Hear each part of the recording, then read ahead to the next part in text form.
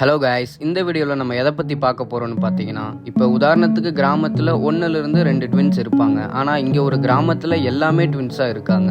அப்படி அது என்ன கிராமம் அப்படின்னு பார்த்தீங்கன்னா, கேரள மாநிலம் மலப்புரம் மாவட்டத்தில் இருக்கக்கூடிய கோடினி அப்படிங்கிற ஒரு கிராமத்தில் தான் சுமார் 2000+ குடும்பங்கள் அங்கே வசிக்கிறாங்க. அதில் 400லேருந்து 450 ட்வின்ஸ் வரைக்கும் இருப்பதாக சொல்கிறாங்க.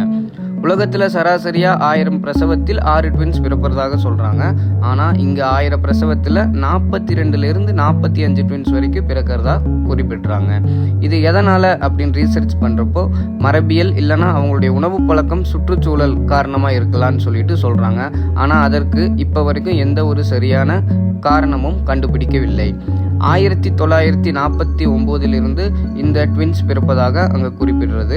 ஆனால் 1990 தான் இது அதிகரித்ததாக கூறுறாங்க. இந்த கிராமத்துக்கு கடவுளின் சொந்த இரட்டை கிராமம் அப்படின்னு என்றும் அழைக்கிறாங்க. உங்களுக்கு இந்த மாதிரி இன்ட்ரெஸ்டான வீடியோ வேணும் அப்படின்னா நம்மளுடைய சேனலை சப்ஸ்கிரைப் பண்ணிக்கோங்க. அது வரைக்கும் பை பாய்.